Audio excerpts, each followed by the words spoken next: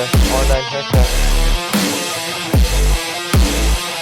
What's up, guys? It's Avenues Podcast back with episode 176. We're here today with some good topics. We're going to be talking about some concerts coming up, Taylor Swift, Travis Scott, and then a little bit of talk about university and applications, how that's going.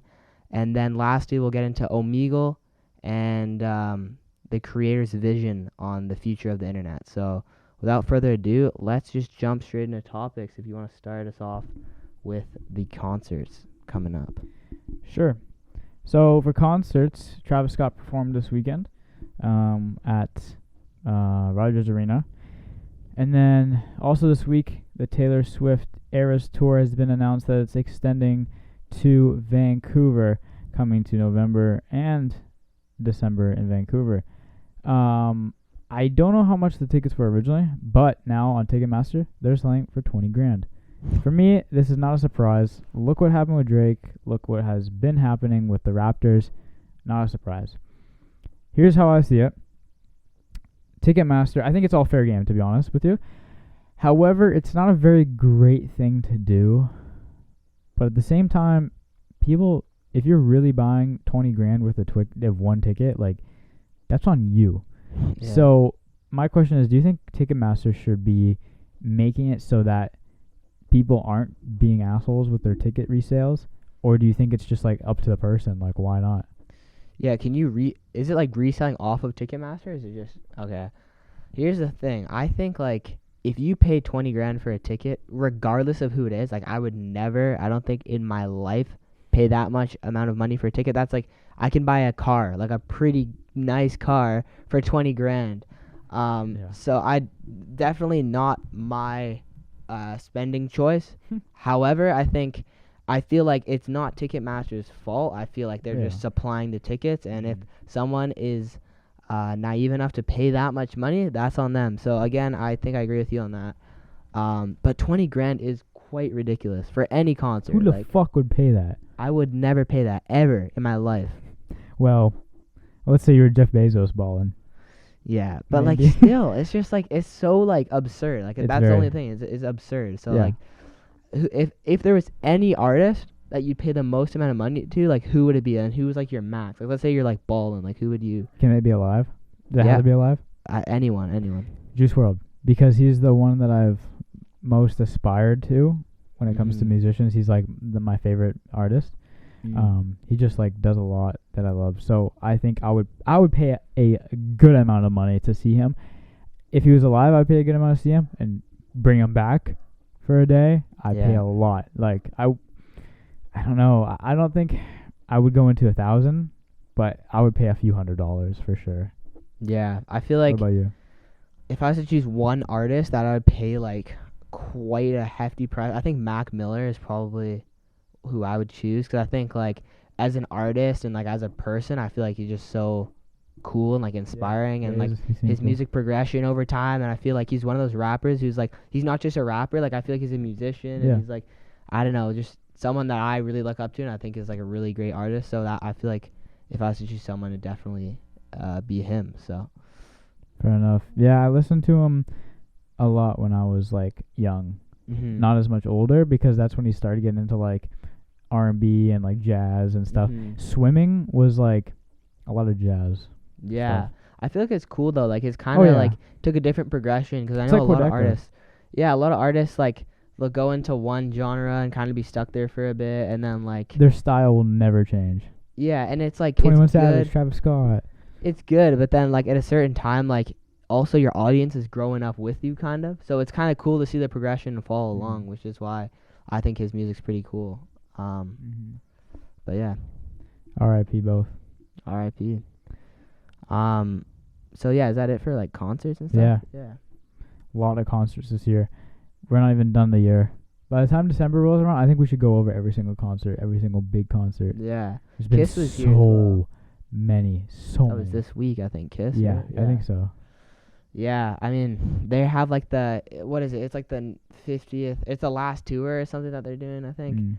But all these old artists, musicians, rock guys, I mean, Elton John did the same thing. I went with my family, my dad and my sister. We went to the Farewell Yellow Brick Road tour like 3 something years ago, and he's like still just rolling them out. Like all these guys are just like, they say it's their last tour, and then they come back like a year later going on a big world tour and whatnot. So who knows when The Beatles pulled that off a lot, I think, in the 60s and 70s. Yeah, like who knows when they're actually gonna end it. Like I feel like they just keep underestimated. It's just propaganda. Like a lot of it's just trying to get people to buy. Yeah, and ticket sales and stuff, right? And So. I think to them, like I think it could be very much their last gig, but they just say that anyway, if they believe it or not. Because even if, right? So it's like, guys, it's pretty much like how I would take it is like this could be the last one. Yeah. There's a possibility, but it's like you never know, right? So never say never, right? Exactly. All right, so next we're going to be covering a bit about like universities, applications, report cards, all that stuff coming out now. So yeah, basically, I mean, we're both in grade 12. It's pretty busy right now. I mean, a lot of stuff going on with school, academics, university applications. So right now, like at this point in time, it's the November 10th. I've got nothing. I've really done nothing for university applications. I've looked and I have an idea of where I'd like to go and like what I want to go into. But it is like, it's quite a big deal, right? Picking like the school that you could potentially be going to and like where you're going to be for the next 4 years and kind of like your plan for the next couple of years. So, yeah, this weekend, we have a long weekend. Hopefully I can send some applications out, because early applications are like pretty important. A lot of people in my school are doing them. And I want to start getting some of them out. But really it's like, where do I want to go and like, where can I get into? I was checking this website in one of my classes and I was just seeing like some of the top, because I want to go into business is like the field I'm aiming towards. And I'm like looking at some of the top like universities and stuff. I'm really lucky that one of the top business universities in Canada is like in Vancouver. So UBC is right here. And I could go to UBC very easily, and that's kind of like where I'd want to go. And then there's the whole talk about going like out of the province, going to Alberta, going to Toronto, living on res there, which is another option. But I feel like, I don't know, I feel like I'm leaning towards staying here at home just because I feel like financially it's not really the smartest decision to like go abroad. But I mean, I know a lot of people in my school are doing it. A lot of my friends are doing it. But yeah, it's just, there's lots of stuff going on right now and it's kind of overwhelming. I feel like if you're in my situation, I feel like if you start now, you can start just building up little by little, right? And it's not as like challenging. So that's what I'm going to try to be doing. But yeah, there's just lots of stuff to think about and like, I don't know, just lots of stuff to do. So what about you? How is your college stuff going, applications and whatnot? Nothing. Yeah? Literally nothing. Yeah. I've thought about some fields that I can get into. Not made that decision yet. Not applied. Nothing. I feel like there's such a big like pressure around it is. People's like, oh, you gotta know Dude, what you want to I do, just what you want to go into, this, that. ignore it. I don't care, honestly. Yeah. I'll get there when I get there. Yeah. And if that happens to be tomorrow, then it so happens to be tomorrow. If it happens to be really, really late, then, right? I mean, yeah. Obviously I'm not gonna wait till the last fucking minute. Like, we have time. Yeah. So it pisses me off sometimes when people are like judgmental. Yeah, that pisses me off too. Like, what? It's like, yeah, I know the time's running out, but you know, don't worry about my time. yeah, My time's not valuable. Is your time valuable? I mean, I feel kinda. My time's not valuable. So no, I'm kidding. But well, here's how I see it. If a little side topic, if your time's valuable, then how come it moves so quickly and suddenly? Because it's valuable. You gotta like. Well, that's why it's valuable. But I mean, like, think of the contrary to that. That's why time is valuable to a lot of people, because it moves so quickly and it happens so fast. That's why you really want time and like you want to cherish that time. Mm-hmm. But does that really make it valuable, or does that make it really not valuable if you think about it? Yeah, because it's so quick, and that's a good point. We're going into a little bit of philosophy here, like the nature of time, and like I don't know. Yeah, that is. That's how I see it. Yeah. So Yeah, I know what you mean. and with kind of stupid, but it's stupid, but at the same time it's like kind of smart. It is kind of smart. So that's how I kind of perceive this university thing. It's like if my time is valuable, then I'll figure out a way to do it in time, and I'll get to it when the time is in need. Yeah. If my time is valuable, that will happen. If it's not valuable, then it just won't happen, and it's time needed. You know what I mean? Yeah. Kind of confusing, but I think that when I'm ready, I'll do it. I don't want to hear all this bullshit like hurry up, like fuck off. Yeah, it's fucking. I don't care if you're my mother telling me that. Yeah. I don't care if you're my friend telling me that.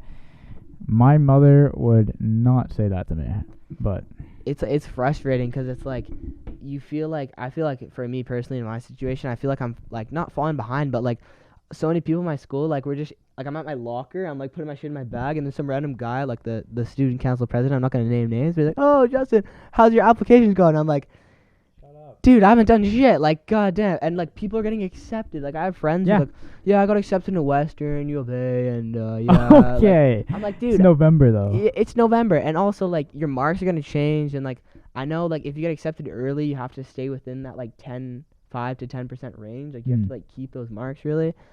So it's just, I don't know. There's so much, like, stuff going in. Like, campuses, where you want to go, your commute. You're, like, out. You're going to live on res, you're going to live at home, and, like, all that Well, shit definitely a milestone this week happened where the first person I've talked to has said, I've gotten accepted to university. That's the first time in my life that a friend has told me I've been accepted to university. Yeah, that is weird to think about, too. That's the first time for all, like, for us, Yeah. And then also, like, this is another thing I was thinking about this week is, like, when I'm going to move out, because my sister... Well, that's a bit dumb to think now. I know, but this So is the far. thing, because if you move out to go to, like, Oh, if you're moving another somewhere, province, yeah. right? Or you, like, live Where would you live? on the res, but, like, then I'm thinking, like, what age do people, like, usually move out and stuff? And, like, I am, like, nowhere near that. Don't have the money for that, but... And my sister's, like, she's, like, 3 years older than me, but she's, like, second year at her university. And I'm like, when is she going to move out? You know what I mean? There's just so much, like... I feel like we kind of, like, grow up, you know what I mean? There's just so much shit happening, and it's kind of overwhelming, but... I don't know. Lots of stuff to think about, for sure. But, yeah, hopefully I can get into a decent program and just, like, do well in school, and hopefully... do well in university and get the degree I want and go into the field I want. So. This is gonna a lot of. I want to stay in high school. I don't want to leave. I gotta leave because that's just how life works. But I like high school because it's easy in the sense of like university and having to deal with this big process and all this bullshit. So I want to stay there. But at the same time, sometimes I have all this bullshit that happens at high school that it makes me just think like. Dude, it's going to sound like I'm in a jail, but it's true. Like, I just want to do my time and get out of here. Because it's like, I'm dealing with all this bullshit from these fucking idiotic, like, kids. Mm-hmm. Like, there's so many weirdos, and it's like, and I don't mean weirdos as in, like, there's weird people. There is. But I just mean, like, weirdos as in people telling me all this weird shit about, university, about school, about high school, about classes you gotta take. That's why I mean of, like, weirdos as well. Both. In that sense, it's like, I just want to do my time and get out of here. Yeah. I'll just do what I gotta do. Try to avoid as much bullshit as possible, and just get the fuck out, and then deal with it. Move on and do whatever. It's one way to look at it. Yeah, like I feel like high school is like it's so judgmental. Like from when you walk into like grade 8 or if you go to middle school or whatever, like later on. But like as soon as you walk in, it's kind of like. In my experience, I feel like it's always been kind of judgmental. People are, oh, what grade you get on this? What's your marks on this? What university you're going to? If you go to this university, you're, like, worse than me kind of thing. And, like, I feel like that happened your whole, like, high school I love my high school career, I guess. I know there's people watching that are from my school. I love my high school. But the biggest thing that I don't like about it is the fucking kids. There's wonderful people in the school, wonderful staff that I love, same with the people in it, same with the students. But... there are so many fucking annoying weirdos in my school, and that's the only thing that I'll be looking forward to. Yeah. I don't know about your school. I'm sure There's so many weirdos in every school. There's got to be. It's not just mine, but Yeah, it's like a normal high school occurrence. You always have that one kid who's just like a little strange, but yeah. All right, I feel like that kind of concludes everything, my thoughts and stuff on that. So I guess good topic. we can run and go into the OMEGLE news. So for those of you that don't know, OMEGLE has officially shut down as of this week, I think. Yes.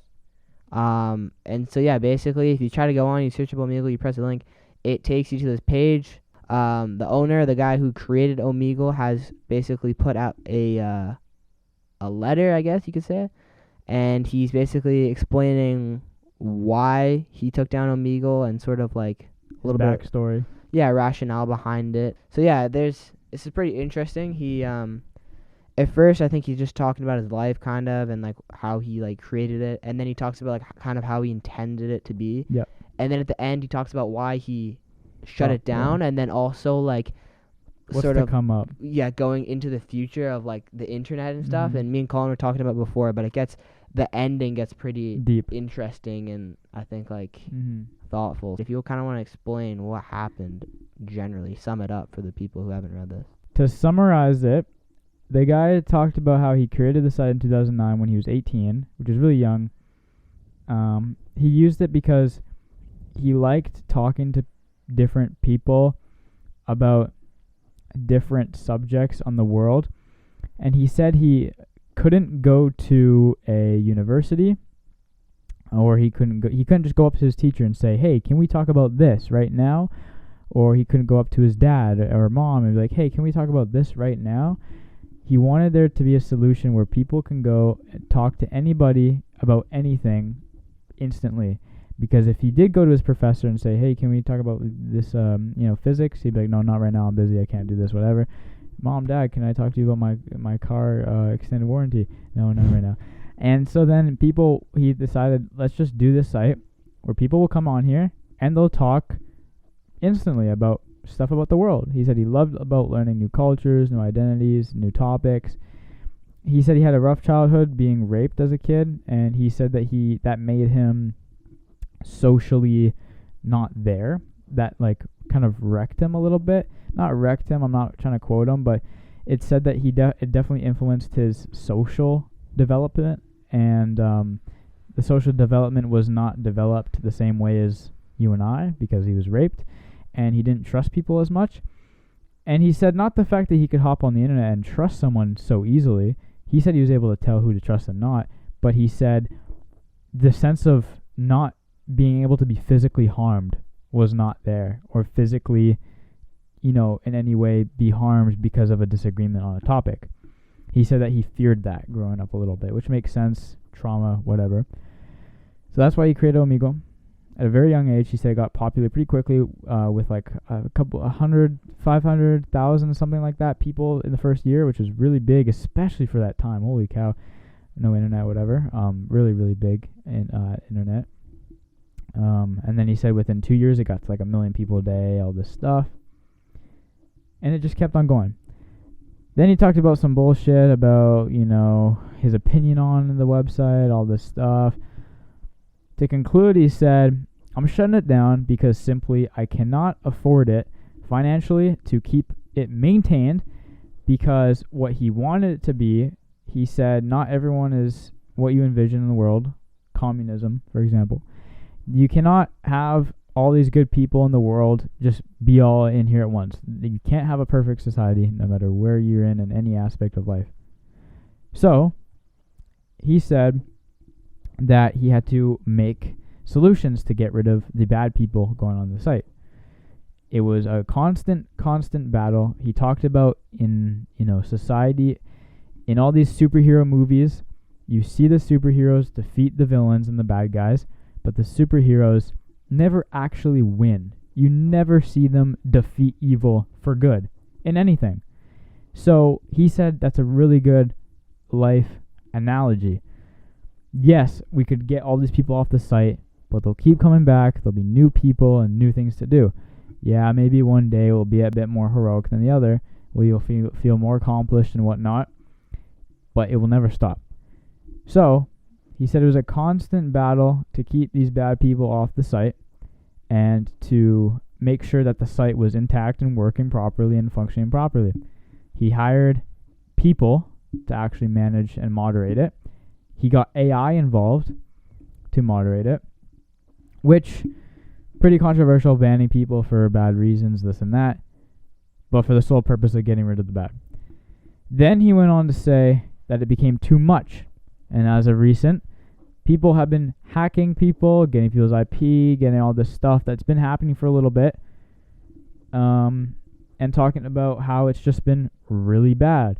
It's hard to keep up with. He said he can't do it financially anymore. He cannot pay for services to help him out anymore, and nor can he do it physically and mentally. It was too draining for him to be on here doing the work, which makes total sense. So he shut it down. He decides we can't do it anymore. It's gonna get wrecked. I can't keep up with it. We're done. Now he talks about the fact that what he thinks will become in the future of the internet. I'll get into that in a second. I want to go back and talk about what he said in the middle paragraph where I said it was kind of bullshit. I wonder if you could scroll up a little bit, just if I could see if I could find it. But he was talking about how he thinks Omegle is a great thing, and so many people in this world do not like Omegle. I am one of those people. I think it's stupid to be paired up with some person you've never met before, a stranger online. If it was in person, totally different. I just think it's like a dorky kind of thing to do, to meet up with someone online and just have a conversation about whatever, because that doesn't happen. It doesn't work like that, because you have all these, so many times. I was on Omegle a little bit because I would troll on there with friends and just like joke around. I wasn't a dick. There's so many people on the fucking website that makes the website bad for society. There's people on there that are talking shit for no reason, bringing people down, calling people out. Oh, you're ugly, you're this, you're that, just instantly, and then dipping out of there without any repercussion because they're hiding behind a screen. Also, the fact that people were getting fucking hacked, they were getting DDoSed, they were getting their IP leaked online. Bad things came from this website. Very few. The only good things that came from fucking Omegle was, someone asking, oh, how's your day? Oh, I like your hair. Oh, I like, small shit like that. Maybe you got their Instagram. Maybe you talked to them a bit more. But in retrospect, you think about it in the bigger picture in the world and society, I believe it only did like wrong things. I mean, yeah, like I said, a few good things here and there, but in retrospect, it was just a negative thing in life to have on the internet. So I didn't like it for that reason. The guy was talking about the haters, I guess you can call me that, and talking about how he had to deal with that and his opinion on it, which I think he was just saying like, oh, people aren't open-minded and people aren't realizing all this shit. There's a lot of gray area there. That's why I'm just saying that, because I don't remember it, what he said. But that's what he said. Mm-hmm. I just don't want to go into detail because I don't remember. So I get where he's coming from, but I just don't agree. I just think it was a bad site for society overall. And then last thing with this, he talked about his what he sees for the internet in the future. I'm gonna read you the second to last paragraph. The battle for Omegle has been lost, but the war against the internet rages on. Virtually every online communication service has been subject to the same kinds of attacks as Omegle, and some of which are much larger companies with much greater resources. They all have their breaking point somewhere. I worry that, unless the tide turns soon, the internet I fell in love with may cease to exist, and in its place we'll have something closer to a souped-up version of TV, focused largely on passive consumption, with much less opportunity for active participation and genuine human connection. If that sounds like a bad idea to you, please consider donating to this link, an organization that fights for your human rights online. From the bottom of my heart, this is the last paragraph. From the bottom of my heart, I thank you to everyone who used Omegle for positive purposes and to everyone who contributed to the site's success in any way. I'm sorry I could not keep fighting for you. One thing Omegle was known for was the amount of dicks that were on the website showing to little kids. So, I don't know how anyone would think that this is a good use in society to have this website online. Mm-hmm. Kids shouldn't be on there, but that's a different story. Yeah. So, I agree with this guy. The only thing I agree with, I don't agree with his views on his website, but I do agree with the fact that he's talking about what he thinks will come of the internet. We talked about this with C Bill 11 a few episodes ago, talking about with Justin Trudeau, with the internet, with the podcast, all this stuff. And I was telling Justin that, a lot of these creators are striving for a freedom of speech in society when it comes to the internet. People like Nelk, companies like Kick starting up. These companies, they all want freedom of speech in their society on the internet. And the internet, whether you like it or not, or whether you want to agree with it or not, the fact of the matter is the internet, the past few years, has shifted over to society's norms of this like leftist norm kind of view and what they want and what the mainstream media wants you to see, besides the odd person's opinion on something completely different. Whether that's child marriage, whether that's gay rights, whether that's something controversial, they don't want your opinion if it's not the mainstream media's opinion. That's facts. That's what the internet is now. That's why companies like Kick are starting up. That's why people like Nelk or whatever else are going against the wave. That's what we're doing as well. So the guy's right how he thinks that the internet he knows today will not exist. What will happen is people with their opinions won't be able to share them anymore. And he uses the example of television. We talked about this in our C Bill 11 episode, how television is censored. But it's television. It's not the internet. So he thinks that it will be implemented into the internet, which C Bill 11 is a big stepping stone for that. That, to me, is proof that his view on the future on the internet could potentially be correct, because C Bill 11, is that right? That's what Bill C11. Bill C11 is a big stepping stone for that. So he could be 100% right. Do I agree with him? No. Do I disagree with him? No, because there's no way to tell that. Maybe all these people will get together and they'll be like, hey, internet, we don't like what you're doing, and we'll change it. Maybe that'll happen. Or maybe those people's worst nightmare will come into fruition, and that will be the result. So now that I'm done, tell me what you think. OMEGLE is like trying to I guess complete that idea, right? To have people to talk to have kind of an outlet, and just talk with like-minded people, to have conversations and connect people. However, I think the way that OMEGLE does this over the past couple years, just how it's always been, it doesn't really achieve this goal as well as it may seem.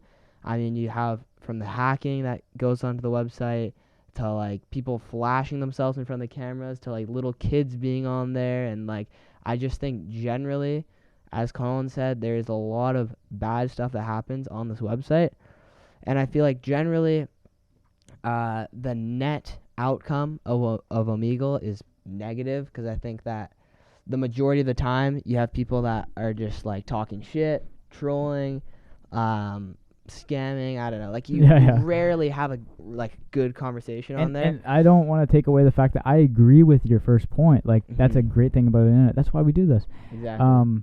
But also it's there's more there's more cons than there are pros.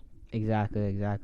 And I think that with OMEGLE, it's the idea is there, the concept is there. That's what you want to do, but it just doesn't really achieve that in the right way. I'll also say that I haven't really used OMEGLE, and although I think it's cool, I just never saw the use of it in my personal life, or even just for fun. I just kind of I think it is kind of like Colin said, it's kind of dorky. It's kind of you see the people on OMEGLE as the guys who don't really have any friends, or lonely, kind of bored, and looking for someone to talk to. To me that's weird. I can't see a use for it other than trolling and doing all this shit. A lot of people I come across or went across with it when I was trolling or whatever, just doing all this funny shit on the website, which I didn't do often, but I did sometimes. Once in a while, I'll be like, hey, do you want to hop on? Yeah. A lot of people are on the same boat as me. Most people were. Because why would you want to just hop on there and just have it, it's not really, you can't really do that with how it is. Yeah, it's too much of an optimistic view of the internet. Not everyone's there to have a great time and express their ideas and opinions. The internet is just not like that, unfortunately. But yeah, I think OMEGLE as a whole just didn't really live up to what it was supposed to be. There's a lot of content that came out of it. A lot of people used it. A lot of funny shit. A lot of funny shit happened on there. People using it for content. A lot of people use it like to promote stuff. I've seen musicians use it, like Yeah. an artist to like promote Yeah. music. They'll go on there and talk with fans or whatever and connect with people in that way. Did you see the video I sent of the guy with the long hair? I show you that. Yeah. He said it looks like this guy we know, but yeah, there's like it's cool in that regard that you can connect with like fans and people like that just at random, right? Which I think is another beauty of the website. In my opinion, my perspective, the way that I would have done it is completely different from what he did. I think that he should have tried to hire more people and try to take on more people to like manage the website. And I think like using AI and like hiring people was a good idea. But I think to a certain point, like I would just try to sell the company, right? You made this company, you've like built it up. You got lots of active users. Like I feel like try to sell that off. I mean, there's so many websites like imitating the same thing as Omegle. Calling out a good example, like Omi TV is like pretty much the exact. It's same thing. literally the bio of the website is like it says like a knockoff Omegle. Like, oh, it's pretty much Omegle. Like that's it says something like that line. Exactly. And now there's so many different people doing it. I feel like I just would have in my space, if I created that, would just try to sell it and, you know, get the bag while I could instead of having to shut it down and then lose all your viewers and just kind of like use all the guys who and consumers who use the site. But yeah, I feel like going about it, there's just a better way to handle it. And I feel like, I mean, I don't know how he's getting paid off this and like what his revenue was like, but I feel like I would have tried to put lots of effort into like managing it. Because like if I created this website, I would try to like, ideally the place you want to be, in my opinion, is like a little further like removed from the actual like day-to-day stuff of the website and trying to get people off. Like, of course it's completely like physically and like mentally Impossible. demanding if you're like spending all your time trying to get people who are like showing their dick on Omegle. Like that is just not like There's like I think how you want to spend your time. in the bio it says there's like 40. It shows how many active people there are, and the only time I did it, the most there ever was like 40,000. And Yeah, at and once so- it was 1 million a day. Exactly. And The like, guy made it at 18. that is crazy. Like it's such a young age to make Mhm. such a successful website. Like Mhm. he has like big potential to like sell that. You can make so much money Yeah. and like The only Right. reason I can't see him selling it is for sentimental value. Maybe Yeah. maybe he doesn't want it to be a thing anymore. Maybe he thinks how I think and it's only doing negative. But unfortunately, regardless of if he thinks it's like doesn't want it to be a thing or doesn't want it to exist, there's already so many Yeah. different versions of the Yeah. exact same No, thing that 100%. exists. So if you're bringing the moral and ethics into it, like it's a losing battle, right? Yeah, true. So he I- even says that himself. He Yeah, even I would take the bag and Yeah, just like try to get what I could out of what I Yeah. created, right? and I still have somewhat of your image out still. Yeah, exactly. And at least like it might not be the same thing, but at least you have some like Yeah. benefit, and I think that would He be definitely could have sold it. easily. I guess we'll wrap it up here. So thank you all very much for watching. Really appreciate viewing the episode, liking it, leave a comment. So yeah, we'll see you in the next episode. Thank you for watching.